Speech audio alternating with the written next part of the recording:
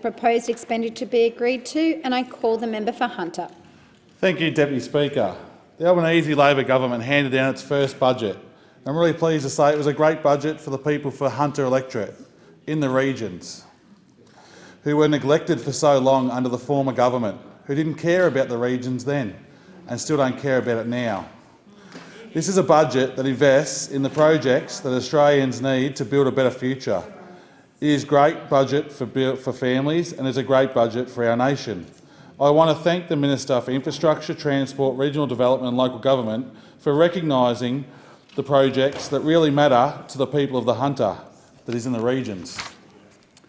And there's a lot in the budget for the people of Hunter electorate, such as investments in infrastructure projects, many other projects that will benefit us all in the Hunter. Childcare costs are a huge issue for families, and our cheaper childcare policy will see 6,300 families in the Hunter electorate better off. It was also extended paid parental leave, giving more time to families at that important time of life when they're welcoming a new baby. The people of Hunter electorate can also expect to see cheaper medicines, which will also save them up to $450 per year, helping them with the cost of living.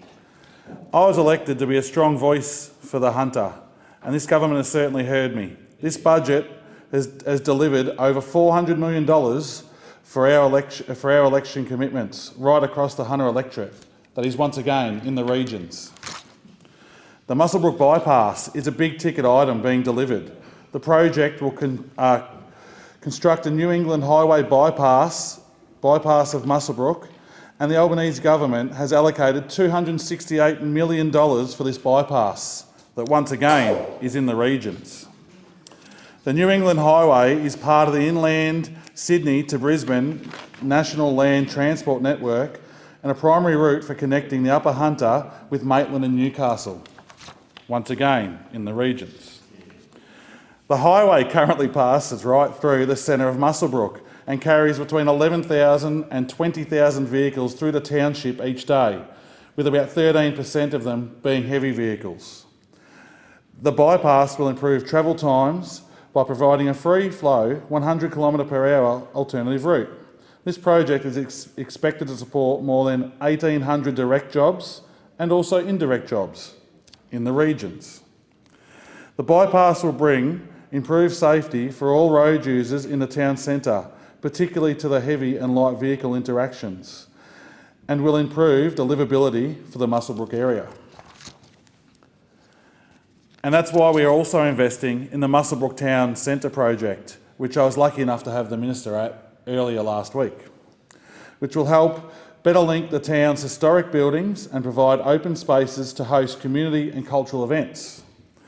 It also includes a playground, pavilion structure, alfresco dining spaces and roads and car parks. We are upgrading sporting and community facilities with the Muswellbrook Olympic Park upgrade as well, the Muswellbrook preschool playgroup, an upgrade for Singleton Elroy Oval Precinct and the Singleton Bulls Rugby Club amenities fit out and to finish off the women's change rooms to encourage more women in sport. These are much needed upgrades to modernise the facilities and increase participation in sport, which is something that I'm very passionate about. We also had the Minister in Cessnock to show her the regional skate park and BMX facility at Carmichael Park, and also to see the Cessnock Goannas lighting upgrade. Lake Macquarie Council will also receive funding for Mandalong Road upgrades, $56 million to be exact, money for a dredge in Lake Macquarie and a grouting fund, for Mum's Cottage upgrades, and also money for the Urban River projects in the upper northwest of Lake Macquarie, Catalyst area, and funding for the Edgeworth Eagles fencing and lighting. Once again, I just would like to thank the Minister for coming down and seeing the benefit in helping out the regions of the Hunter Valley, like we've helped out many regions around Australia. Those opposite will continue to say that we don't help the regions, but only a Labor government cares for regions that have been left behind for the last decade by a disgraceful and unwanted government. And now we have got a government in that cares about people and cares about our regions. Thank you, Speaker. The question